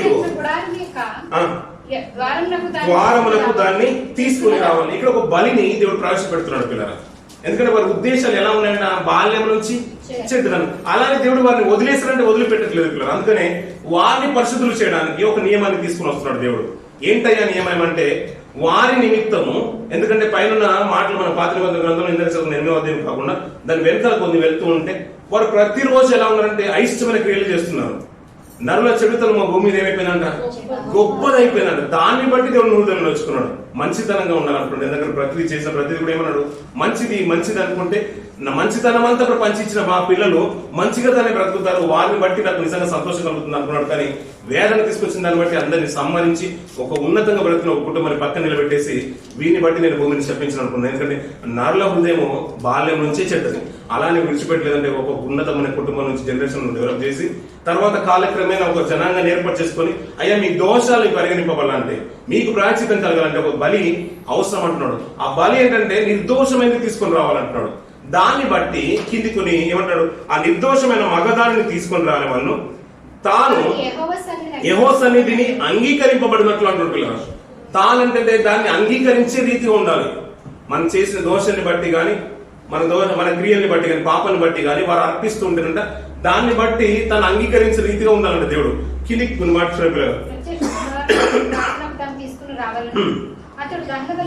అతడు దహన బలిగా అర్పించు పశువు తల మీద తన చెయ్యి నుంచవలను. అతని నిమిత్తము ప్రాయశ్చిత్తము కలుగునట్లు అది అతనికి పక్షముగా అంగీకరింపబడను అంటున్న పిల్లలు. ఈ మాట చూడని పిల్లల కొన్ని విషయాలు మళ్ళీ చదువుతున్నా కానీ ఆశ్చర్యం అనిపిస్తుంది. ఇక్కడ మాట చూడండి, మగపిల్లని తీసుకొని రావాలి, అది నిర్దోషంగా ఉండాలి, అది అంగీకరింపబడాలంటే కింది కొన్ని మాట చెప్తున్నాడు. అతడు దహన బలిగా అర్పించు పశువు తల మీద తన చెయ్యి ఉంచవాలను. చెయ్యి మనకు అందరూ అర్థమవుతుంది. కొన్ని విషయాలు చెప్తాను పిల్లలు, కొంత ఎందుకో పాత నిబంధనలకు వెళ్ళిపోవడం అనే ఆలోచన రావద్దు. కొన్ని విషయాలు మనకు అర్థం అవ్వాలంటే అది మనకు బాలశిక్ష కూడా ఆయన మాట మనకు గుర్తుకు రావాలి ప్రతిసారి. మనము అర్పింపబడాలి అంటే అర్పించే అర్పణము దేవునికి ఇష్టంగా మారాలన్నా, మన దోషాలు తొలగింపబడాలన్నా కానంట అది నిర్దోషమైన తీసుకొని రావాలంట, మగదిగా ఉండాలి. అలాగే అది అంగీకరింపబడాలంట అక్కడ తల మీద చెయ్యి పెట్టుకుంటున్నాడు పిల్లలు. తల మీద కోడ మీద గాని దూడ మీద గాని ఎద్దు మీద గాని తల మీద ఏం పెట్టాలంట, చెయ్యి పెట్టాలి. చెయ్యి పెట్టినప్పుడు అంట అతని నిమిత్తము ప్రాయశ్చిత్తము కలుగునట్లు అది అతని పక్షముగా అంగీకరింపబడను. ఏది అంగీకరింపబడుతుంది ఇప్పుడు? అతని పక్షముగా అది అంగీకరింపబడుతుంది. వధించే పశువు మన పక్షం అంటే దోషిగా అర్పింపబడుతున్నా అంటే నా నిమిత్తం నేను పశువుని తీసుకొని వెళ్ళాను, అది నిర్దోషమైంది. అక్కడ తీసుకెళ్లిపోయి బలిపీఠం దగ్గర నేను అర్పించినప్పుడు అంట ఈ బలిపీఠం దగ్గరకు వచ్చిన పశువు మీద నిర్దోషమైన దాని మీద తల మీద నేను చేయి పెట్టాలంట. అప్పుడు ఆయన ఏం చేస్తాడు, దాన్ని వధిస్తాడు పిల్లలు. ఆ వధించినప్పుడు అంట దాని నిమిత్తము మన దోషాలు కడగబడుతున్నాయి అక్కడ పాత నిబంధనల కాలంలో. అంతేకాకుండా అది నిర్దోషమైంది కాబట్టి దేవుడు దాన్ని స్వీకరిస్తానంటున్నాడు. అంతే కదండి, అలా జరుగుతుంది అంటున్నాడు. ఎందుకు? ప్రాయశ్చిత్తం కలగడానికి, చేసిన తప్పిదాన్ని బట్టి ప్రాయశ్చిత్తం కలగడానికి. ఈ వధించే విధానంలో ఆలోచించిన పిల్లలు మనం చెయ్యి ఎక్కడ ఉండాలంట, తన తల మీద ఉంచాలంట. అప్పుడు యాజకుడు ఏం చేస్తాడు, కత్తి తీసుకుని ఏం చేస్తాడు, దీన్ని తెగనరుతాడు పిల్లలు. అప్పుడప్పుడు పిల్లలు పాత అంటే కొన్ని రోజుల క్రితం మన తాతలు కానీ ముత్తాతలు కానీ మన ఇళ్లలో, ఇప్పుడు ఎందుకంటే అన్ని కుటుంబాల నుంచి వచ్చినారు కాబట్టి అప్పుడప్పుడు నేనేది చూడలేను కానీ మనకు కొన్ని సుపరిచితమైన కుటుంబాలు మన పక్కన ఉన్న వారికి కూడా మనం చూస్తుంటాం. రోజుకు ఒక నెలకు ఒకటో లేకపోతే సంవత్సరానికి ఒకటో పితరులు ఏం చేసేవాళ్ళంటే మన ఇంట్లో అందరి కోసము ఒక కోడిని ఎక్కడో తీసుకెళ్లి బలిచ్చేసేవారు పిల్లలు. కోడి తల తెగనెరికేవారు. అంతేందుకు పిల్లలు కొద్ది ధనవంతులు అయితే కొద్ది బాగా అంటే ఫైనాన్షియల్ స్ట్రాంగ్ ఉన్న వాళ్ళు ఏం చేశారంటే ఒక మేకను తీసుకెళ్లి లేకపోతే గొర్రెపిల్ల పొట్టేలను తీసుకెళ్లి బలిచ్చేవారు పిల్లలు. అంటే ఏదైనా దోషం చేస్తూ ఉంటే అవన్నీ కూడా తొలగిపోవాలనే ఒక ఉద్దేశము పెద్దల్లో ఉండేది పిల్లలు. వాళ్ళకి పాపం అన్న భయం ఉండేది, భక్తి అనేది ఒక విషయం ఉండేది పిల్లలు. ఈ జనరేషన్ చూడండి పిల్లలు ఏముండదు పిల్లలు. ఏదో మనం ఉన్నామంటే ఉన్నాం, అన్ని కొన్ని కుటుంబాలే పిల్లలు, కొంతమంది విశ్వాసులు పిల్లలు భయం భక్తులు ఉంటుంది. ఇక్కడ ఒక తీరు ఉంటాం అందరు పిల్లలు, ఒక్కరని కాదు అందరూ అలాగే ఉన్నారు పిల్లలు. ఆ రోజుల్లో చూస్తూ ఉంటే పిల్లరా అది తీసుకెళ్లి దాని మీద చేయి పెట్టాడంట, తల మీద చేయి పెడుతూ ఉంటే అది వధింపబడిన తర్వాత ఒకసారి ఆలోచించారు పిల్లలు, మన తల మీద చేయి పెట్టేశాం, అక్కడ యాజకుడు ఉన్నాడు, దాన్ని బలి చేస్తున్నాడు, తెగిపోతుంది పిల్లలు, తల తెగిపోయింది. అర్థమవుతుంది అనమాట, తల తెగిపోయింది. ఇప్పుడు మొండెంతోనే ఉంటుంది, అది ప్రాణమున్న జీవిని తీసుకొని వెళ్ళాలి, ఏ కలంకము దాంట్లో ఉండకూడదు, దోషం ఉండొద్దు, అంటే వ్యాధిది కానీ, గుడ్డిది కానీ, కుంటిది కానీ, జబ్బుది కానీ తీసుకొని వెళ్ళొద్దు. అది పవిత్రమైన విధంగా తీసుకొని వెళ్ళాలి. ఎందుకు తీసుకొని వెళ్ళాలంటే చేసిన అపరాధాన్ని బట్టి మన నిమిత్తము అది వధింపబడుతుంది, దాని నిమిత్తము దేవుడు మనల్ని క్షమిస్తాడు. అది ఎలా వధింపబడాలంటే దాని తల మీద మనం చేయి పెట్టాలి. అలా చేయి పెట్టినప్పుడు అది తెగ నరుగుతుంటే అది మొండెము తల వేరైపోయిన తర్వాత మొండెము నుంచి ఎలా ఉంటుంది పరిస్థితి, మొండెం ఎలా కొట్టుకుంటుందో ఎప్పుడైనా చూసారు పిల్లలు? చూసారా? మొండెం ఎలా కొట్టుకుంటుంది? అది మామూలుగా కొట్టుకోదు పిల్లలు, తల వేరైపోయినా అది విపరీతంగా కొట్టుకుంటుంది. రక్తం మామూలుగా రాదు, అది మామూలుగా ఇలా కారిపోవడం అని ఉండదు. అది ట్యాప్ ఆన్ చేసినట్టుగా ప్రెషర్ పైపు పగిలిపోతే ఎలా ఉంటుందో, ఆయిల్ పంపు, హైడ్రాలిక్ పంపులు పగిలిపోతే ఎలా ఉంటాయి, ఒకేసారి విరజిమ్ముకొని వచ్చినట్టుగా ఆ రక్తం అంతా కూడా ఇలా చిమ్మేస్తుంది పిల్లలు. అక్కడ అంతటి మీద పడిపోతుంది. చెయ్యి ఎక్కడ ఉండాలి? అతను నరుకుతున్నప్పుడు తల మీదే ఉండాలి. అది చూస్తే ఇప్పుడు ఎలా ఉండాలి పిల్లలు? అప్పుడప్పుడు చూడండి పిల్లలు, కొన్ని కొన్ని రక్తం చిందించే వేలు కానీ, టీవీలో స్క్రోలింగ్ వచ్చినప్పుడు కానీ, వీడియో వచ్చినప్పుడు కానీ, క్లిప్పింగ్ వచ్చినప్పుడు కానీ, అయ్యో అది ఎందుకు నా దృష్టికి వచ్చిందని అనుకుంటాం. అంతెందుకు పిల్లలు, ఈ మధ్య కాలంలో ఫ్లైట్ లో, ఎయిర్పోర్ట్ లో వాళ్ళ స్టాఫ్ అక్కడ పనిచేస్తున్నారు, అది విండ్ అంటే దాని రెక్కలన్నీ కూడా తిరుగుతున్నాయి, ఫ్యాన్ ఇంజిన్ అంతా కూడా రన్ అవుతుంది, దాని పక్కగా ఇలా క్రాస్ అవుతున్నారు, వెంటనే అది ప్రెషర్ కదా దాన్ని లాగేస్తుంది, తునాతునకలు అయిపోయారు అక్కడ ఉన్న స్టాఫ్. అది ఎందుకు చూసామని ఒక ఫీలింగ్ వస్తుంది అప్పుడప్పుడు పిల్లలు. యాక్సిడెంట్ లో మనం చూస్తూ ఉంటాం కదా రోడ్డు మీద కూడా, అందరూ ముద్దయిపోతూ ఉంటారు పిల్లలు. మంచు పడుతున్న కాలంలో కూడా పిల్లలు దుబాయ్లో కూడా ఎన్నో సంఘటనలు జరిగాయి. ఆ మొండెము తల మన చేయి పెట్టినప్పుడు అదే క్షణంలో ఆయన తెగ నరుకుతుంటే మొండెం మేరైపోతుంది, అది గంతులేస్తూ ఉంటుంది, కొట్టుకుంటూ ఉంటుంది, రక్తం అంతా కూడా జిమ్ముకుని వస్తూ ఉంటే దాన్ని చూసిన తర్వాత అక్కడే ఉంటావు కదా, అక్కడే ఉండి చూస్తూ ఉంటాడు కదా. ప్రధాన యాజకుడు అక్కడే ఉంటాడు, యాజకుడు అక్కడే ఉంటాడు, బలి ఇవ్వబోతున్న వ్యక్తి అక్కడే ఉంటారు. అదంతా కూడా చూస్తుండేది, రక్తం అంతా కూడా చిందుకుంటుంటే తిన మనసులో అంతా కూడా కలత చెందని కొద్దిగా నొప్పి కలుగుతుందో కలగదా? ఎందుకు కలగదు? మనిషి ఎలా అయిపోయారంటే కాలక్రమాన్ని ఏమైపోయింది తెలుసా పిల్లల? ఇజ్రాయెల్లో కాలక్రమాన్ని ఎలా అయిపోయిందంటే ఒక క్యూ అంతా కూడా నిలబడిపోయిందంట. ఒకరి వెంబడి వెంబడి ఆ ద్వార బంధకాల దగ్గర నిలబడుతున్న ఆ కోరావు సంతకంలో కుమారులు చూస్తున్న కీర్తన బాగా మనకు గుర్తుకు రావాలి. అక్కడ అంతా కూడా ఇజ్రాయెల్ అందరూ కూడా ఈ బరువులన్నీ కూడా తీసుకొని వచ్చేసి అక్కడ నిలబడుతున్నారంట. ఎందుకు? బలి ఇవ్వడానికి. అంటే బలి ఇస్తున్నారు కదా మంచి ఉద్దేశంతో వస్తున్నారు అనుకోవద్దు మీరు. ఇప్పుడు ఎందుకు వస్తున్నారు బలి తీసుకొని? పాపం చేశారు కాబట్టి, రాత్రి అక్కడ పాపం జరిగింది కాబట్టి దానికి ప్రాయశ్చిత్తం కోసము గొర్రెలు తీసుకుని వస్తున్నారు. ఎన్నో పాపాలు చేసి ఒక గొర్రెలు తీసుకుని వస్తున్నారు, 2 గొర్రెలు తీసుకుని వస్తున్నారు. లేకుంటే గొర్రె కష్టమవుతుంది కాబట్టి, ఫైనాన్షియల్ గా మనం ఎఫర్ట్ లేదు కాబట్టి, దానికి మనకు సామర్థ్యం లేదు కాబట్టి పావురం పిల్లలు ఏదో ఒకటి తీసుకుని వచ్చేసి అక్కడ నిలబడుతున్నారు పిల్లలు. ఈ క్యూ అంతా దేని కొరకు? పాపాన్ని చేశారు కాబట్టి ప్రాయశ్చిత్తం కోసం నిలబడుతున్నారు. ఏదో దేవుని దగ్గరకు వస్తున్నామంటే బలి ఇచ్చేస్తున్నామని మంచి ఉద్దేశంతో కాదు, అక్కడ మా పాపాలు క్షమింపబడుతున్నాయని. కానీ ఏంటంటే పిల్లరా, ఎన్నో పాపాలు చేసేసి తీరు ఒక ఆవును తీసుకుని వచ్చేసి, ఒక కోడెని తీసుకుని వచ్చేసి, ఒక గొర్రెను పొట్టెలు తీసుకుని వచ్చేసి బలి ఇచ్చేస్తే ఇవన్నిటి వల్ల విమోచన కలుగుతుందని మీరు అనుకోవద్దు అని దేవుడు ఖండితంగా చెప్పేశారు పిల్లరా. ఎందుకంటే దాని మీద చేతుంచినప్పుడనే నీకు మారు మనసు రాకపోతే దాని వల్ల ప్రయోజనం ఏముంది? నిజంగా దేవుడు ఎంత కలత చెంది ఉంటాడు పిల్లలు. అందుకనే ఖండితమైన మాట అనేసాడు, ఎందుకు తీసుకుని వస్తున్నావు బలులన్నీ కూడా, ఎందుకు తీసుకుని వస్తున్నావు? దీన్ని బట్టి నాకు ఏమైనా సంతోషం కలుగుతుందా? దీన్ని నేను తినేది, నేనేమైనా నిన్ను ఆశించాను నీ దగ్గర నుంచి? 1000 పొట్టెల మీద, ఆ కొండల మీద ఉన్న పశువులన్నీ కూడా నావే కదా, ఆ అడవులన్నీ కూడా నావే కదా, కొండలు నావే కదా, అవన్నీ కూడా 1000 కొలది పొట్టెలన్నీ కూడా నావే కదా. నేనేమన్నా నిన్ను అడిగాను? నా ఉద్దేశం ఏంటంటే దాన్ని చూసేస్తాను, నువ్వు మారుతానేమో అనుకునే బలిని ఇవ్వమన్నాను. కానీ ఆ ఉద్దేశమే మారిపోయింది. నువ్వు పెద్ద మొత్తంలో నువ్వు తీసుకుని వస్తావు. నీకు సాయం లేకపోతే, నీకు సామర్థ్యం లేకపోతే ఏమైపోతుందంటే నీ పక్కన ఉన్న అన్న దగ్గర నుంచి, బంధువు దగ్గర నుంచి కోడలు తీసుకొని రావడం ప్రారంభించేశారు పిల్లలు. ఇది తీరా ఏమైపోయిందంటే కాలక్రమేణా ఈ కొనుక్కోవడానికి కష్టమవుతుంది, ఎక్కడో వెంచి వెతుకొని రావాలి కాబట్టి దేవాలయంలో అమ్మడమే ప్రారంభించేశారు. అది ప్రభు యొక్క ఉద్దేశం. ఎందుకంటే అందుకనే ఆయన కోపం వచ్చింది. అక్కడ దేవాలయం రూకలమ్మ వారిని, పశువులమ్మ వారిని, బల్లలన్నీ కూడా పారవేసే ఉద్దేశం ఏంటంటే ఇక్కడికి ఎందుకు తీసుకొచ్చారు? ఆ సంత అంతా కూడా మిమ్మల్ని పరిశుద్ధులుగా ఆయన సన్నిధిలో కనబడాలనుకున్నాడు. కానీ మీ పాపాలన్నీ కూడా నా సన్నిధిలో ఎలా ఉన్నాయంటే కెంపుగా ఎర్రగా కనబడుతున్నాయి. అందుకని మీ చేతులు, మీ హృదయాలు కడుక్కున్నాను, నా ఆవరణలు తొక్కుమన్నాడు ఎవడు నిన్ను? యెషయా మనం చూస్తున్న మాట కదా మొదటి అధ్యాయంలో, నా ఆవరణంలోకి రమ్మని వాడేవాడు. నీ బరులన్నీ కూడా తీసుకుని వచ్చేసి, నీ గొర్రెలు తీసుకుని వచ్చేసి, దాన్ని తాడు కట్టుకుని వచ్చేసి ఏదో క్యూలో నిలబడినంత మాత్రం దీన్ని బట్టి నేను సంతోషిస్తాను. నేను ఎవరు రమ్మన్నారు ఇక్కడికి? నేను ఎవరు తీసుకుని రమ్మంది? రక్తం చిందిస్తుంటే నేనే తట్టుకోలేకపోతున్నా, ఆ జలప్రలయం ఎన్నో జీవులు చనిపోతుంటే నేను తట్టుకోలేక మిమ్మల్ని బట్టి నేను వారిని హింసించదనుకున్నాను, భూమిని నేను నాశనం చేయొద్దనుకున్నాను. కానీ కాలక్రమేణా ఏమైపోయిందంటే ఒక్క బలి ఇవ్వాల్సిన వారు కొన్ని వేల కొలది బలులు ఇవ్వడం ప్రారంభించేశారు. పిల్లలు చేసే అపరాధాలు ఎలాగే పెరిగిపోయాయంటే 100 తప్పుదాలు చేస్తే 2 బలులు అయిపోతున్నాయి. ఇంకా 99 ఎలా ఉన్నాయంటే 98 ఎలా ఉన్నాయంటే అలాగే పెరిగిపోతూ వస్తున్నాయి పిల్లలు. దీన్ని బట్టి ఒక మాట మాట్లాడతారు, చూద్దాం పిల్లలు. హెబ్రీయులకు రాసిన పత్రిక 10వ అధ్యాయం, హెబ్రీయులకు రాసిన పత్రిక 10వ అధ్యాయం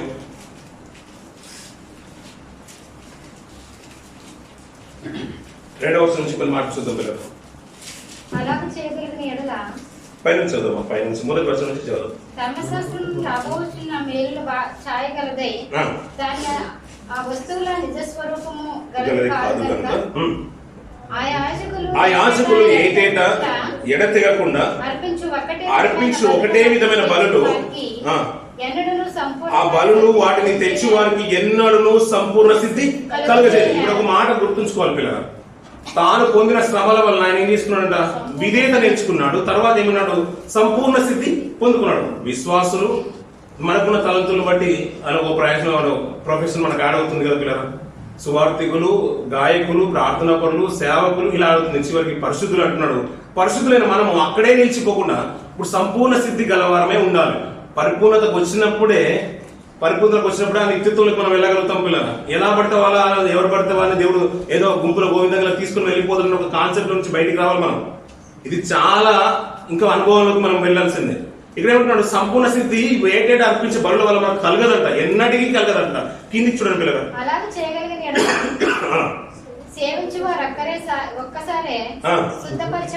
శుద్ధపరచబడిన తర్వాత వారి మనస్సాక్షికి పాపజ్ఞాప్తి ఉండదు గనుక వాటిని అర్పించుట మానుదురు గల అంటున్నాడు పిల్లలు. అలాగూ చేయగలిగిన ఎడల సేవించు వారు ఒక్కసారే శుద్ధపరచబడిన తర్వాత వారి మనస్సాక్షికి పాప జ్ఞాప్తి, ఇక పాప గురించి జ్ఞాప్తి ఇకలు ఉండదు వారికి, కనుక వాటిని అర్పించుట మానుదురు కదా. అయితే దేవుడు ఒక మాట క్వశ్చన్ పెట్టేశారు పిల్లలు. అయితే ఆ బలులు అర్పించుట చేత ఏటైనా పాపములు జ్ఞాపకము వచ్చుచున్నాయి. ఇక్కడ ఒకటే మాట చెప్పేశారు. మీరు ఎన్ని బలులు అర్పించినా మీ పాపాలన్నీ ఇప్పుడు ఏమైపోతున్నాయి? నాకు జ్ఞాపకం వస్తున్నాయి. ఎందుకంటే మీరు చేసేవి ఎక్కువ ఉన్నాయి, అర్పించేది ఒకటే ఉంది. కానీ దాని ఉద్దేశాన్ని బట్టి మీరు మారతారేమనుకుంటే మారట్లేదు అంటారు. అందుకని పిల్లల ఒకసారి అవగాహన వచ్చిన తర్వాత మళ్ళీ పాపం చేయడానికి చాలా భయపడిపోవాలి పిల్లల. బుద్ధిపూర్వకమైన పాపము మన దోషానికి ప్రాయశ్చిత్తం కలగజేయదు పిల్లల. మనకు తెలియకుండా చేసే పాపాలకే మన బల్లాలను సమీపించినప్పుడు మన దోషాలు గడవబడతాయి. తెలిసి చేసే పాపాలు చాలా మన తీర్పు వరకు నిలబడి ఉండాలి. తీర్పు వరకు ఆయన ప్రత్యక్షత కూడా ఎదురు చూస్తూ ఉండాలి, భయంతో బ్రతకాల్సింది. అది మాట భక్తులు మాట్లాడుతూ ఉంటాడు. తెలియక చేసే పాపాలు ఒకవేళ తప్పిదం వల్ల ఒక అనాలోచితంగా మాట్లాడిన తండ్రి అనాలోచితంగా ఇది చేసిన దైవతులను క్షమించమంటే దానికి ప్రాయచితంగానే మన బల్లను సమీపిస్తున్నాం కదా పిల్లలు. మనకి కడుక్కునే అవకాశం ఇస్తున్నాడు దేవుడు. క్షమించడానికి కూడా అర్హుడు. తెలిసి బుద్ధిపూర్వకం చేసే పాపాలు మనకు ఎన్నటి కూడా పాపక్షమాపణ తెలియదు. ఒకవేళ ఆయన చివరి వంతులు నిలిచినప్పుడు మన మరణం వరకు అని ఆయన రెండో రాకలు వచ్చినప్పుడు ఆయన క్షమిస్తే క్షమించగలుగుతాడు. అంతే, అంతవరకు నిలిచి ఉండాల్సింది. ఆయన రాకడ వరకు కనిపెట్టుకుని ఉండాలంటాడు. ఒకవేళ ఇక్కడ అంటున్న పిల్లలు బలులు ఎన్ని అర్పించినా మీ పాపాలు మాత్రం నాకు జ్ఞాపకం వస్తున్నాడు. మరి పాపాలే కలగబడినప్పుడు ఎన్ని బలులు చేసి ఏం ప్రయోజనం పిల్లలు? ఆ మొండెంతో అలా కొట్టుకుంటున్నప్పుడు రక్తపత చిందిస్తూ ఉంటే కనీసం నీలో కరికరం లేకుండా అయ్యో నా నిమిత్తం అదెందుకు వధింపబడుతుంది, నేను చేశాను కదా పాపము, నా నిమిత్తం అదెందుకు వధింపబడుతుందని నీలో మార్పు రానప్పుడు ఎన్ని బలులు ఇచ్చి ఏం ప్రయోజనం అంటున్నాడు. ఇలా మాటి మాటికి బలులు అర్పించి ఇజ్రాయేల్లో తీరు మారినప్పుడు పిల్లలు. అందుకనే దేవుడు అయ్యా గొర్రె పిల్ల పరిశుద్ధమైంది వధించిన తీరు మారట్లేదు కదా. చివరికి నేను ఎన్ని బలులు ఇవ్వాలి, ఎన్ని పశువులు ఇవ్వాలి, చివరికి నా కుమారుని నేను నీకోసం అర్పిస్తున్నాను, కనీసం ఆయన చూసిన నువ్వు మారతలేమో అనుకుంటాడు పిల్లలు. అందుకని ఆయన పంపించింది పిల్లలు. 33.5 సంవత్సరాలు కదా ఆయన శరీరధారిగా ఉన్న దినాలన్నీ కూడా 33.5 సంవత్సరాల కాలం, 3.5 సంవత్సరాల దినాలు. ఆయన దినాలన్నీ కూడా ఎలా ఉన్నాడంటే మహారోధనంతో ఉన్నాడంట పిల్లలు. ఎందుకంటే ఆయన అర్పించేసి కనీసం ఈ గొర్రెలు చూసేనా మార్పు రాలేదు కదా. కనీసం నా కుమారుని చూశాను కదా, నా ప్రధాన యాచకుడు, నా కుమారుడు శ్రేష్ఠుడు, మీకంటే ముందు పుట్టినవాడు, నేను కన్నవాడిని, అంతేకాదు నాతో పనిలో భాగమైన వాడు, విశ్రాంతి దినాన్ని పొందుకోవడానికి కూడా నా పనికి అంతటి కూడా ప్రధానమైన పాత్ర, ప్రధానమైన శిల్పి, మీ అందరికి కలుగజేసిన వాడు ఆయనే. నేను ఆయనే పంపిస్తాను, నేను ఆయన అంటే ఇష్టం, నాకు చాలా ఇష్టం, నా ప్రియుడు అన్నాడు. నేను ఆయన ఆనందిస్తున్నాను, ఆయన్ని మీ కొరకు ఇస్తానన్నాడు, మీ కొరకు ఇస్తానన్నాడు. మరి ఆయన్ని చూసాను, ఆయన బలి పొందినప్పుడు కానీ నీలో చలనం లేకపోతే ఇంకెందుకయ్యా ఈ బ్రతుకు తినాను, ఎందుకయ్యా ఈ బ్రతుకు జీవనం? ఎందుకంటే నీకోసం నువ్వు బ్రతుకుతావని నేను ప్రతి దినాన్ని నా గ్రంథంలో రాసుకుంటున్నాను కదా. నేను మార్పు లేనప్పుడు నా కుమారుని నీలోకి పంపించేసి ఆయన రక్తాన్ని చిందిస్తూ ఉంటే నీలో చలనం రానప్పుడు ఇక నా జీవితం అంతా కూడా ఎందుకు, నిన్ను కలుగజేసేందుకు, నేను సృష్టించేందుకు, నీ భూమి మీద నేను ప్రవేశపెట్టేందుకు అని దేవుడు ఎంత వేదన చెందుతుంటాడో ఒక్కసారి ఆలోచించు పిల్లలు. మనసులో ఉంటుందా ఉండదా పిల్లలు? ఉండదంటారా? ఉండదంటారు పిల్లలు.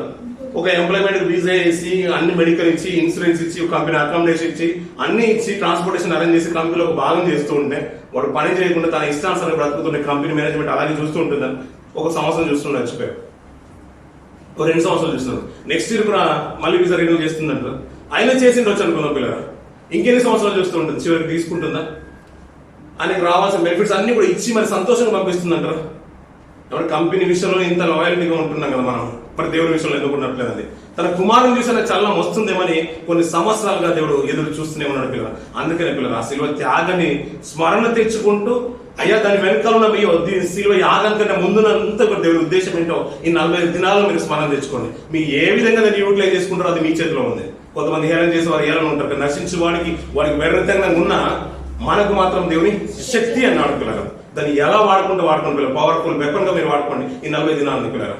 ఎంత దేవునికి సన్నిధానంగా సన్నిధానంగా బ్రతుకుతూ ఉంటే, ఇంకా మీరు సమ్మతించి ఆయన సన్నిధిలో గడుపుతూ ఉంటే నిన్న అంతా ఒక మంచి ఒక షైన్ చేసి ఒక డైమండ్ లా మీరు మార్చబడతారు పిల్లలు. ప్రార్థన జీవితంలో ఉన్న సామర్థ్యం ఏంటో, ఉపవాస దినాలకు ఉన్న సామర్థ్యం ఏంటో, ఇంకా శిలువను స్మరణ తెచ్చుకుంటూ వెళ్తూ ఉంటే ఇంకా చాలా అద్భుతంగా ఉంటుంది పిల్లలు. పశ్చాత్తాప హృదయంతో నిజంగా నా కొరకు కోడి వధింపబడుతుంది, నేను ఆలోచన లేదు కదా. ఇది అంతటి విషయంలో ఆయన శిలువ త్యాగం వెళ్ళడానికి కూడా మీరు ఆలోచించిన పిల్లలు. మామూలుగానే ప్రభు అతన్ని చంపేశాడు అనుకోండి, దేవుడు అతన్ని చంపేశాడు, మామూలుగా చనిపోయాడు ప్రభు. మరి లోకరక్షణ మామూలుగానే చనిపోయాడు అనుకోండి పిల్లలు. ప్రజలు ఏమైనా మార్పు జరుగుతుందంటారు పిల్లలు? ఎవరు దృష్టి పెట్టారు పిల్లలు? ఎవరు దృష్టి పెట్టారు? అందుకని నీతి మంత్రులు కొనిపోతున్నారు, వారు ఎవరు కూడా దాన్ని దృష్టి పెట్టట్లేదు, ఎవరు ఆలోచించట్లేదు అంటున్నాడు. అందుకని పిల్లలు ప్రత్యేకమైన ఇంచుమించు 9 గంటలకు ఆయన సిలువేస్తే పిల్లలు 3 గంటల వరకు పిల్లలు హింసిస్తూనే ఉన్నారు పిల్లలు. ఆయన రాత్రి బంధిస్తూ ఉంటే పిల్లలు రాత్రంతా తిప్పుతూనే ఉంటారు. సిలువను ఎక్కాల్సిన కొయ్యను కూడా తన భుజం మీద మోపి ఆ కొండను ఎక్కించేశారు పిల్లలు. తలను ఎవరైనా కొట్టినా, తలను ఎవరైనా పట్టుకున్నా తలను పట్టుకోదు తాడే అంటే విపరీతంగా మాట్లాడుకుంటూ ఉంటారు పిల్లలు. కొట్టినా తట్టుకోలేదు, ఎందుకంటే ఇక్కడ అంత బ్రెయిన్ ఉంటుంది, నా చిన్న బ్రెయిన్ ఉంటుంది, చిట్లిపోతుంది, నా తలనొప్పి ఉంది, నాకు అక్కడ ప్రాబ్లం ఉన్నాయి, నాకు ఇవన్నీ ప్రాబ్లం ఉన్నాయని మనం ఎన్నో మాటలు చెప్తుంటాం పిల్లలు. దానికి ముళ్ళ కిరీటం పెట్టేశారు పిల్లలు. ఇవన్నీ కూడా ఒక వింతగా అతని తల మీద అక్కడ కొయ్య మీద ఎక్కించినప్పుడు పిల్లలు వాటిని స్మరణ తెచ్చుకుంటూ ఉంటే పిల్లలకి ఎలా ఉంటుంది పిల్లలు? ఆ రోజున్నవారు ఆయన శిలువను ఎక్కించినప్పుడు అతనితో ఉన్నవారు ఎవరైనా అన్నపానాలు చేసుకుని నేను భుజించి ఆయన చూడడానికి వెళ్తాను అనుకుంటారు. అదే మర్చిపోయి ఉంటారు పిల్లలు. బ్రతుకు విధానంగా మర్చిపోతారు. అతని పోతే చనిపోయినా బాగుంది అనుకునేవారు ఉంటారు. నేను ఎందుకు ఇక్కడికి ఇంత పాటు అయ్యో నేను ఎందుకు శిలువను ఎక్కలేకపోతే నేను ఆ రోజు బాధపడి ఉంటారు కదా పిల్లలు. ఇవన్నీ స్మరణ తెచ్చుకుంటే పిల్లలు ఎలా మనం మనస్ఫూర్తిగా ఉండగలుగుతాం పిల్లలు, సంతోషంగా ఉండగలుగుతాం పిల్లలు. అందుకని 40 దినాలు ఒకసారి స్మరణ తెచ్చుకొని గుడ్ ఫ్రైడేకి వెళ్తూ ఉంటే పిల్లలు ఇంకెంత అద్భుతంగా ఉంటుంది పిల్లలు. ఇంకా దేవునికి సత్తుకున్నట్టుగా బ్రతకలేము పిల్లలు. ఇవన్నీ స్మరణ తెచ్చుకుంటే ముందు పిల్లలు ఒక నీతిమంతుడు చనిపోతూ ఉంటే పిల్లరా, నీతిమంతుడు చనిపోతూ ఉంటే అతడు నీతిమంతుడని తెలుసు, తప్పు చేయాలని తెలుసుకున్న దేవుని పట్ల యథార్థపడని తెలుసు. అతని సింహ బోన్లో వేస్తూ ఉంటే పిల్లరా, అగ్నిగుండకంలో వేస్తూ ఉంటే, సింహ బోన్లో వేస్తూ ఉంటే పిల్లల రాజు రాత్రంతా నిద్రపట్టలేదంట పిల్లరా. ఒక రాజు అన్యుడికి ఒక నీతిమంతుడు సింహబోన్లో వేస్తూ ఉంటే అతను ఏదైనా తప్పిదం చేసినంటే ఒక శాస్త్రాన్ని ధిక్కరించేసిన అంతే. కానీ అతను యథార్థపడే, దేవునికి నీతి గలవాడే, దేవుని మీద భయభక్తులు కలిగిన వాడే. అతను శాసనం హెచ్చిస్తే అతని మీద కుట్ర పడిన వారు సింహబోన్లో వేయించమంటే రాత్రి రాజుకు నిద్ర పట్టలేదంట పిల్లల. ఇక్కడ రాజు అంతఃపురంలో ఎలా ఉంటుందంటే వాయిద్యాలు వాయించేవాళ్ళు, వీణలు మీటేవాళ్ళు ప్రతిసారి జరుగుతూనే ఉంటుంది. సాయంత్రం రాత్రి వరకు నాట్యాలు ఇవన్నీ కూడా జరుగుతూనే ఉంటాయి. ఇట్లా కథలు చెప్పేవారు, జ్యోతిష్యం చెప్పేవారు. మన తంబూర మనం చెప్తుండే కదా, బూరాలు వాదుకుంటూ కథలు చెప్పేవారు ఉంటారు. ఇవన్నీ కూడా జరుగుతూ ఉంటాయి. నాట్యాలను, వీణలు వాయించేవారిని, సంగీతాల వారిని అన్ని కూడా తాళాలు, విద్యలు అన్ని కూడా ఆప్ చేయించేశారంట పిల్లగా. ఎందుకంటే ఒక నీతి మంత్రుడు ఆపదలో ఉన్నాడు, తన ప్రాణం ఈ రాత్రికి పోబోతుంది, అతని హృదయం అంతా కూడా కలత చెందిందంట పిల్లగా. గుడ్ ఫ్రైడే రాబోతుంది కదా పిల్లగా. ఒక అన్ని రాజుకి అంత స్థితి ఉంటుంటే, అంత తగ్గింపు స్థితి ఉంటుంటే పిల్లలు గుడ్ ఫ్రైడే సమీపించకుండా ముందు 47 రోజులు అనుకోండి పిల్లలు. దీన్ని ఎలా వాడుకుంటారు మీరు ఆలోచించండి పిల్లలు. ఆయన నా కోసం అంటున్నాడు, కోడేని చూస్తే నీలో చల్లం రాలేదు. ఇంకా ప్రభు అంటున్నాడు సాక్షాత్ నేను మీ కొరకే వలిపబడుతున్నాడు, నేను నా కుమారుడిని మీ కొరకు ఇస్తున్నాను అంటున్నాడు. అతను పరిశుద్ధుడు. అతన్ని నలగొట్టుటకు యెహోవాకు ఇష్టమైంది అంటున్నాడు. ఎందుకోసం ఇష్టమైంది అంటున్నాడు? నిన్ను నన్ను కోల్పోవడం ఇష్టం లేక పిల్లలు, నిన్ను నన్ను కోల్పోవడం ఇష్టం. అలానే వదిలిపెట్టేది పిల్లలు మనల్ని. ఆది వకాల మొదలుకొని మనకు ఏవిధిగా ఒక బలిస్తేనన్నా నీలో మార్పు వస్తుంది, నాకు ఒక పరిశుద్ధులు బ్రతుకుతారని ఒక దేవుడికి ఒక వాంఛ పిల్లలు, ఒక కోరిక, చిన్న కోరిక. కానీ అది కూడా తీర్చలేక చివరికి తన ప్రియ కుమారుని మనకు వధింపబడుతున్న పిల్లలు. నీతిమంతుల మరణము 40 రోజుల తర్వాత ఉండబోతుంది పిల్లలు, గుడ్ ఫ్రైడే రోజున.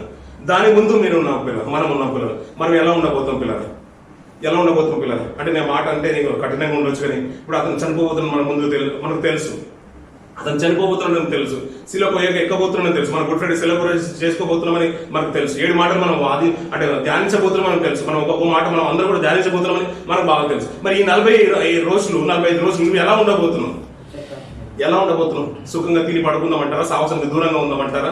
లేదు పశ్చాత్తాపంతో 40 దినాలు నాకు అవకాశం ఉందండి, అవకాశం లేకపోతే వదిలేండి పిల్లలు, అవకాశం ఉందండి. మనసు చంపుకొని నీ హృదయాలు చింపుకొని పిల్లలు దేవుడికి సన్నిహితంగా బ్రతకడానికి ఇష్టపడతావు. ఒకసారి ఆలోచించు పిల్లలు, ఎవరు ఎలా ప్రారంభించడం మనకు సంబంధం లేదు పిల్లలు, దాన్ని మంచి రీతిగా సరైన రీతిలో మనం వినియోగించుకుంటున్నామా లేదా? ఒక రోజు అందరికీ ఒక రీతిగా ఉంటుంది పిల్లలు. క్లాస్లో ఉన్న పిల్లలందరికీ కూడా ఒకటే సబ్జెక్ట్ ఉంటుంది పిల్లలు, ఒకటే టీచింగ్ విధానం ఉంటుంది. వాళ్ళు ఎలా రిసీవ్ చేసుకుంటారు, ఎవరు మెరిట్ లో ఉంటారు, ఎవరు క్లాస్ ఫస్ట్ ఉంటారు అనేది వారి మీద ఆధారపడి ఉంటుంది పిల్లలు. మనం ఎలా బ్రతకబోతున్నాం, దేవునికి అనుసంధంగా బ్రతుకుతున్నామా, దేవునికి ఇంకా దూరంగానే బ్రతుకుతున్నాం. ఈ సంవత్సరం పోయిన తర్వాత వచ్చే సంవత్సరం చూసుకుందాంలే అని ఇంకా దేవునికి దూరం అయిపోదామా? ఒకసారి అందిపుచ్చుకుందాం పిల్లలు, అవకాశాన్ని చక్కగా చేతిలో తీసుకుందాం పిల్లలు. ఆయన చేసిన త్యాగమంతా కూడా నీ కోసం అంటున్నాడు కదా, అది అవన్నీ కూడా స్మరణ తెచ్చుకుంటే మనం ఎలా ఉండగలుగుతాం పిల్లలు?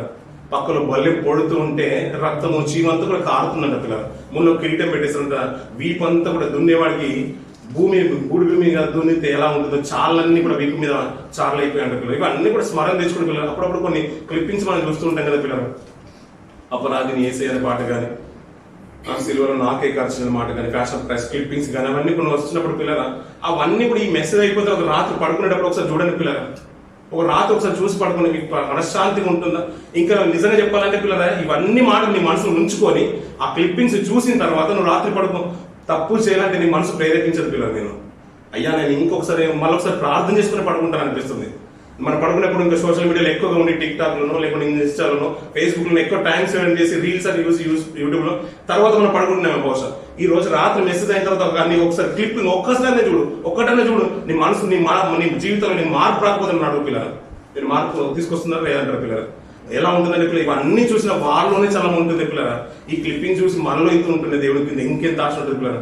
ఈ సంవత్సరం మళ్ళీ ఇచ్చేసారంటే ఒక దయాకిరీటంగా మనకి ఇచ్చేసారు పిల్లలు. ఈ సంవత్సరం ఇంకెంత కొంతమంది నాకు సమీపస్తులుగా బ్రతుకుతారని ఆశపడుతున్నాడు పిల్లలు. మన పరిస్థితులకు తీర్చడానికి దేవుడు ఎల్లప్పుడూ ఇష్టపడుతూనే ఉన్నాడు పిల్లలు. ఒక మాట కింద చూడండి పిల్లలు, అదే 10వ అధ్యాయము 3వ వచనం ఇందాక చదువుతాం పిల్లలు. అయితే ఆ బలులు అర్పించుట చేత ఏటేటా పాపముల జ్ఞాపకము వచ్చుచున్నాయి, ఎలాగనగా ఎడ్ల యొక్క మేకల యొక్క రక్తము పాపములను తీసివేయుట అసాధ్యము అంటాడు పిల్లలు. పాపాలని గొర్రెలు కానీ మేకలు కానీ ఆ రక్తము పాపాన్ని తీసివేయమంట పిల్లలు. అలా తీసివేయినప్పుడు ఎన్ని బలులు అర్పించి ప్రయోజనం ఏంది? అలాగే అందరికీ ఒక్కసారి అర్పింపడానికి ఆయన సాక్షాత్తు పుణ్యాత్ముడు మన అందరి నిమిత్తము తన రక్తాన్ని చిందించి మనల్ని పవిత్రులుగా నిలబెడుతున్నాడు పిల్లలు. మనం పవిత్రులుగా నిలబెడుతున్నాడు పిల్లలు. ఒక్కసారి మరక అంటితే ఇంకెంత ఘోరంగా ఉంటుంది పిల్లలు. పిల్లల్ని చక్కగా ఇంట్లో ఉన్న తల్లి చక్కగా రెడీ చేసి బయటకు ఆడుకోవడానికి ఇంట్లో ఆడుకోవడానికి పంపించింది అనుకుంటున్నారు. అందరి పోయి మన ఫంక్షన్కి వెళ్ళే ఉంది, అన్ని డ్రెస్లు అన్ని బాగా వేసేసి వైట్ బట్టలు అన్ని కూడా కమ్యూనిటీ సర్వీస్కి వెళ్ళే ఉంది. వెంటనే వాడు బయటకు వెళ్ళేసి అంత ఉన్నదంతా ఖర్చునంతా కూడా అంటించుకొని వచ్చేసిన తర్వాత తల్లి సంతోషపడతారు పిల్లలు. అరే ఇంత ఘోరంగా చేసావు ఇంకా, మనం వెళ్ళేది ఉంది, నేను ఇంత నీట్గా చేశాను కానీ ఎంత తల్లడిల్లిపోతుంది పిల్లలు, కోపడుతుంది లేదంటే పిల్లలు. మనల్ని కడిగి పవిత్రులుగా చేశాడు కదా పిల్లలు. పళ్ళను పుచ్చుకుంటున్నాం, బాప్తిసం తీసుకుని వచ్చేసాం కదా, మళ్ళీ మాటికి పాపం వైపు వెళ్ళొద్దు పిల్లలు. అలా మళ్ళీ వెళ్తూ ఉంటే పిల్లలు నేను ఆయన్ని బాహాటంగా వేసేవారు అవుతాం పిల్లలు. ఆ రోజు శిలువ యాగని మనం చూడలేము, ఆ రోజు మనం ఉండుంటే నేను ఆపేవాడినండి. నాకు చాలా ఇన్ఫ్లుయెన్స్ ఉంది, ప్యాలెస్ లో తెలిసిన వారు ఉన్నారు, నేను గవర్నమెంట్ కంపెనీలో పనిచేస్తున్నాను, ఇంకా మన రెఫరెన్స్ వాడినా కానీ ప్రయోజనం ఉండేది కాదు పిల్లలు. ఎందుకంటే ఈ రోజుల్లో ఒకవేళ మన పొరపాటు తప్పిదం పోయినా తప్పించుకున్నా అంటే చిన్న చిన్న విషయాలను బట్టి తప్పిదాలను బట్టి దేవుడికి దూరమైన స్థితిని బట్టి అంటే ఆయన్ని మరలాసిలో వేస్తున్నామంట పిల్లల. ఎన్నిసార్లు ఆయన వేసి ఉంటామో పిల్లల, అది మళ్ళీ జరగకుండా చూసుకుందాం పిల్లలు. చక్కగా ఈ ఆధ్యాత్మిక జీవితంలో ఈ 40 దినాలు ఈ శ్రమకాల కూడికలు మన సరైన రీతిలో వినియోగించుకుందాం పిల్లలు. మన ఆత్మీయ జీవితానికి చాలా దోహదపడాలి. విలువైన ప్రతి మాట మన హృదయంలో నాటించుకుందాం పిల్లలు. ఒక్కసారి స్మరణ తెచ్చుకుందాం పిల్లలు. సిలువ యాగాన్ని మనం స్మరణ తెచ్చుకున్న పిల్లలు. మనకి అందుకనే బల్లాడన వచ్చిన ప్రతిసారి చేతులు పట్టుకున్నప్పుడు పిల్లలు ఆయన శరీరం నీ చేతిలో ఉంటుంది, ఆయన రక్తము నీ చేతుల మీద ఉంటుంది, నీ చేతుల్లో ఉంటుంది. కాబట్టి గొర్రె పిల్ల మీద చేతి పెట్టినప్పుడు తెగ నరిగితే గొర్రె ఎలాగైతే రెండుగా విడిపోయి మొండెం వేరైపోయి కొట్టుకుంటుందో, నీ చేతిలో ఉన్నప్పుడు శరీరము ఆయన యొక్క రక్తం నీ చేతిలో ఉన్నప్పుడు కూడా ఆయన సిలువ యాగం కూడా నీకు అలాగే రావాలి. రాత్రి నుంచి అతను వేధిస్తూ కొరడాలు చేస్తూ 3 గంటలకు సిలువ మీద మరణం ఆయన పొందిన తర్వాత ఆ ఇంతకాల వ్యవధిలో ఎంతగా హింసించారో అన్ని కూడా నేను స్మరణ తెచ్చుకుంటూ ఉంటే ఎందుకు మాట్లాడలేదు, ఎందుకు మౌనంగా ఉన్నాడు, ఎందుకని ఒక సమాధానం చెప్పుకుంటూ అంటే నిన్ను పోగొట్టుకోవడం ఆయనకి ఇష్టం లేదు పిల్లలు, నన్ను పోగొట్టుకోవడం ఆయనకి ఇష్టం లేదు. నన్ను పవిత్రంలో నిలబెట్టేసి ఆయన నిత్యత్వంలో నిలబెట్టాలని, ఆయనతో పాటు ఉంచుకోవాలని ఆయనకి ఇష్టమైంది పిల్లలు. ఆ విషయాలన్నీ కూడా ఈ శిలోజాల కోరికల్లో ఈ 40 దినాల సమకాల కోరికలు అన్నింటిలో మనం స్మరణ తెచ్చుకుంటూ మన ఆత్మీయ జీవితాన్ని ముందుకు తీసుకోవాలి పిల్లలు. ఆ రీతిగానే ఈ లెంట్ అంతా కూడా మన ఆత్మీయ జీవితానికి దోహదపడే వృత్తి ఉండాలని మనస్ఫూర్తిగా నేను కోరుకున్నాను. ఆ రీతిగా ప్రార్థన కొరకు సిద్ధపడదాం. ఈ కొద్ది మాటలు దేవుడు దీవించి ఆశ్రయించి మనం బలపరచును గాక. ఆమేన్.